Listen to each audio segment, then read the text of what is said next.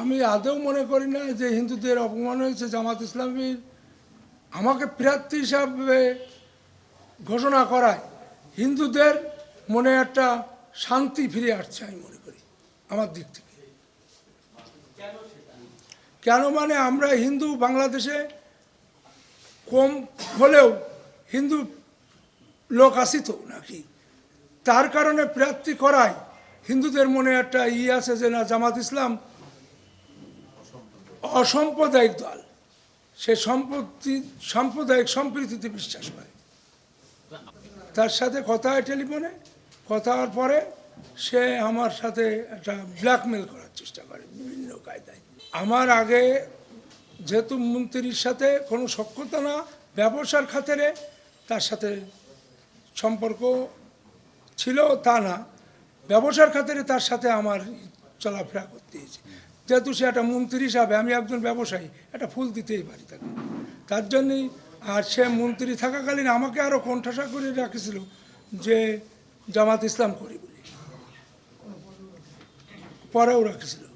এ দেশে জামাত ইসলাম আসলে মানুষ ভালো থাকবে, হিন্দু মুসলমান সবাই, খ্রিস্টান বৌদ্ধ সবাই ভালো থাকবে, ইসলাম কায়েম করবো, এ কথা তো ইসলাম তো ইসলামের কাজ। রাজনীতিতে সংসদে যদি আমাকে পাঠায় তখন হিন্দুদের পক্ষে কথা বলার চেষ্টা করবো, ইসলাম কায়েম করবো।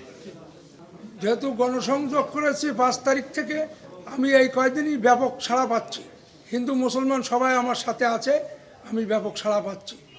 যেহেতু সান্ত্বনা দিয়ে একটা সংসদ সদস্য হিসাবে প্রার্থী করতে পারে না, এটা সম্ভব না। যেহেতু অধ্যাপক মিয়া গোলাম পররের সাথে আমাদের ভালো সম্পর্ক, ডুমুরিয়া ফুলতলা খুলনা 5 আসনের 2001 থেকে 2006 সাল পর্যন্ত উনি এমপি ছিলেন, সেই থেকে তার সাথে হিন্দুদের একটা ভালো সম্পর্ক, সেই হিসাবে হিন্দুদের ভোট সে পাবে। এই যে আমাকে প্রার্থী করার কারণে যে ভোট পাবে এ সমস্ত কিছু না।